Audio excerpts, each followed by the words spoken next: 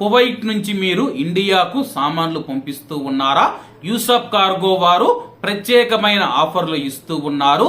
ఏ cargo 850 fils, అన్ని ఛార్జీలు కలిపి 950 ఫిల్స్. సి కార్గో 450 ఫిల్స్, అన్ని ఛార్జీలు కలుపుకొని 550 ఫిల్స్.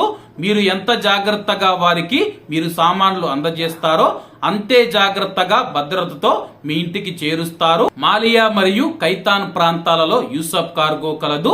ఇంకెందుకు ఆలస్యం, స్క్రీన్ మీద కనపడే నెంబర్లకు వెంటనే సంప్రదించండి. నమస్తే అన్న, అందరికీ నమస్కారం. Kuwait public authority for manpower ప్రవాసులకు మరియు కువైట్ లో ఉన్న యాజమాన్య సంస్థలకు శుభవార్త చెప్పింది. కువైట్ లో వర్క్ పర్మిట్లను జారీ చేసే మెకానిజంలో మార్పులకు సంబంధించి public authority for man power కీలక ప్రకటన చేసింది. కువైట్ లోని యాజమాన్యాలు ఇప్పుడు అధికారం నిర్దేశించిన పరిమితుల్లో విదేశాల నుంచి ప్రవాస కార్మికులను స్వేచ్ఛగా రిక్రూట్ చేసుకోవచ్చని చెప్పి, ఇంతకు ముందు యజమానులకు వారు రిక్రూట్ చేయగల గరిష్ట సంఖ్యలో కార్మికులను మాత్రమే అందించేవారు. కువైట్ వెలుపల నుంచి రిక్రూట్ చేసుకోగలిగే కార్మికుల సంఖ్య పైన పరిమితితో యజమానులు గతంలో ఖాళీలను భర్తీ చేయడానికి కువైట్ లోపల నుంచి కార్మికులను నియమించవలసి వచ్చింది. బయట దేశాల నుంచి ప్రవాస కార్మికులను కువైట్ కు తీసుకురావడానికి నిషేధం ఉండటంతో అయితే కువైట్ లో పనిచేస్తూ ఉన్న కార్మికులనే యాజమాన్య సంస్థలు నియమించుకుని ఉండేవి.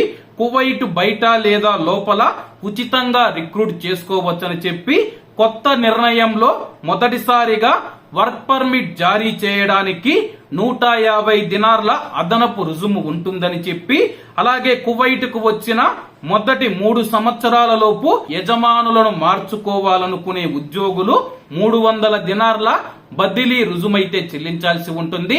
మనం కువైట్ కు వచ్చిన తర్వాత 3 సంవత్సరాలైతే 3 సంవత్సరాల లోపు వేరే యజమానికి మారేందుకు మనము వర్క్ పర్మిట్ కోసం 300 దినార్లు చెల్లించాల్సి ఉంటుందని చెప్పి public authority for man power తెలిపింది.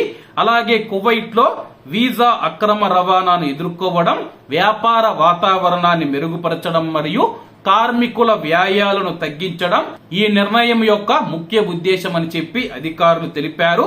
అలాగే ఈ యొక్క నిర్ణయం జూన్ 1వ తేదీ నుంచి అమల్లోకి వస్తుంది. ఈ మార్పులు నిర్మాణం, కాంట్రాక్టు మరియు ఇతర రంగాలలో ధరలను తగ్గించడంలో సహాయపడతాయని చెప్పి public authority for man power ప్రకటించింది.